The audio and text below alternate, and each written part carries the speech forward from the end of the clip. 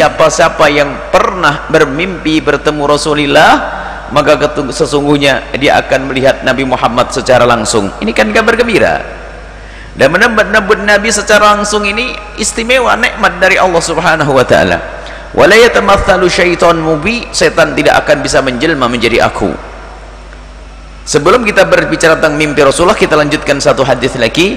Ini justru malah digabungkan tentang mimpi Rasulullah, kemudian tentang berita bahwasanya mimpi adalah bagian daripada kenabian, bagian berita kegembiraan tentang sesuatu yang telah terjadi, sedang terjadi atau akan terjadi. Jadi mirip seperti wahyu tadi, tapi bukan wahyu. Wa an Anas radhiyallahu taala anhu, diriwayatkan dari Sayyidina Anas radhiyallahu taala anhu anin Nabi, dari baginda Nabi sallallahu alaihi wasallam, qala, beliau bersabda, man ra'ani fil manami, barang siapa yang melihatku di dalam mimpi, faqad ra'ani, maka sungguh dia telah melihatku secara sesungguhnya. Kan kabar gembira tadi, sesungguhnya fa inna syaitana, karena sesungguhnya syaitan la yatakhayyalu, dalam riwayat la yatamatsalu bi, karena setan tidak bisa menjelma jadi aku. Jadi kalau ada orang bermimpi bertemu Rasulullah, ketahuilah itu benar. Tidak ada setan menjelma menjadi Rasulullah di dalam mimpi seorang hamba. Wa ru'yal mu'mini juz'un min sittatin wa arba'ina juz'an minun nubuwati, dan mimpi yang dilihat oleh seorang mukmin, mimpi yang benar tadi, satu daripada 46 bagian kenabian. Bilangan 46 sebagian mengatakan tidak ada yang tahu kecuali Allah dan Rasulnya. Hanya maksudnya mimpi baik yang kau lihat di dalam tidurmu itu adalah kegembiraan yang Allah berikan, atau kabar gembira yang Allah berikan kepadamu, baik kabar gembira tentang yang lalu, misalnya melihat kakek berada di dalam surga, bergembiralah. Melihat ibunda di dalam surga, bergembiralah, padahal ibunda ini berita ibundanya telah meninggal. Atau bermimpi bertemu Rasulullah, atau bermimpi dalam mimpinya dia punya keturunan yang alim, dalam cerita mimpinya, itu kabar gembira.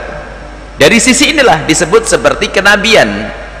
Bukan berarti seorang yang telah bermimpi lalu menjadi nabi, bukan, karena kenabian sudah ditutup bersama wafatnya baginda Nabi SAW, selesai. Tidak ada wahyu lagi turun setelah itu. Yang mengaku bahwasanya dia mendapatkan wahyu telah berdusta, bahkan dikatakan keluar daripada syariat Nabi SAW. Sedikit tentang mimpi ketemu Rasulullah, hal yang amat besar, agung, mulia. Siapa-siapa yang diberi oleh Allah mimpi, bergembiralah, kan itu ru'yah salihah. Mimpi ketemu orang soleh, mimpi ketemu wali, mimpi ketemu guru mulia, adalah kabar baik.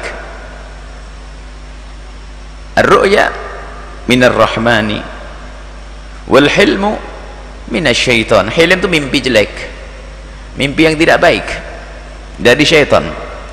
Nah, termasuk mimpi Rasulullah ini adalah nikmat besar dari Allah. Akan tapi yang menjadi masalah bukan masalah mimpinya. Orang berdusta atas nama mimpi, berdusta kepada Rasulullah dengan mimpi. Maka yang tidak pernah bermimpi jangan cerita tentang mimpi. Kemudian yang sudah pernah bermimpi secara sesungguhnya, itu adalah kabar gembira, rahasia antara dirimu dengan Allah. Nggak perlu banyak cerita kepada siapa-siapa, takut jadi fitnah di masyarakat, lalu ditiru oleh orang yang fasik, akhirnya berbohonglah satu kampung. Tapi yang jelas, ke siapapun yang pernah bermimpi ketemu Rasulullah, itu adalah mubasyirat, kabar gembira dari Allah. Kemudian dijelaskan para ulama, maksudnya akan melihat Nabi secara langsung itu apa sih artinya? Banyak pendapat di dalam hal ini. Sebagian mengatakan safayaroni yaqinan aw yaqdatan, yang melihatku di dalam mimpi dia akan melihatku di alam nyata. Yang menyatakan, sebagian mengatakan bahasanya dia akan dipertemukan khusus nanti dengan Rasulullah di surga nanti.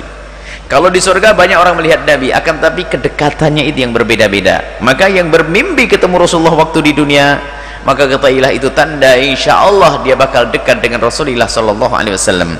Sebagian lagi mengatakan bahwa yang bermimpi ketemu Rasulullah saat ini di dunia, maka ketahuilah dia tidak akan mati kecuali dipertemukan Rasulullah di alam nyata. Sebagian mengingkari bertemu Rasulullah di alam nyata. Sebagian mengingkari bertemu Rasulullah di alam nyata karena Rasulullah sudah wafat. Akan tapi ketahuilah, dalam kaidah karamah, seperti kaidah mukjizat. Karamat bagi umat Nabi Muhammad itu adalah seperti mukjizatnya Nabi Muhammad. Dalam kisah mukjizatnya baginda Nabi, Anda pun masih ingat bagaimana perjalanan baginda Nabi di dalam Isra Mi'raj. Beliau bertemu dengan siapa? Bertemu dengan para nabi-nabi dan berdialog dengan mereka. Sadar atau tidak kita kalau nabi-nabi sudah meninggal, nabi sudah wafat, akan tapi kenapa semuanya itu terjadi? Karamah, mukjizat bagi Nabi sallallahu alaihi wasallam. Maka bagi hamba-hamba Allah umat Nabi Muhammad, kalau sudah namanya karamah, mungkin untuk bisa bertemu dengan Nabi biarpun sudah wafat, nabi-nabi yang lain sudah wafat, tapi karamah seperti Nabi berdialog dengan Nabi Musa yang sudah wafat, Nabi berdialog dengan Nabi Adam yang sudah wafat. Kenapa itu semua terjadi? Itu bab mukjizat, tapi bagi pengikut Nabi Muhammad namanya karamah. Maka sebagian menafsiri bahwasanya siapapun yang pernah bermimpi ketemu Rasulullah, maka hendaknya dijaga mimpi itu, karena itu kebaikan yang Allah berikan dan bisa dicabut suatu ketika kalau tidak disyukuri dengan benar. Sama nikmat. Maka cara mensyukuri adalah tambahkan kecintaan kita kepada Nabi, agungkan Nabi, jangan menjadikan diri kita menjadi sombong. Kalau terus menjaga mimpi tersebut, dijadikan mimpi itu rahasia antara dia dengan Rasulullah, maka kalau dia menjaga mimpi itu, dia akan bermimpi Rasulullah. Bahkan sebagian mengatakan yaqdatan di alam nyata.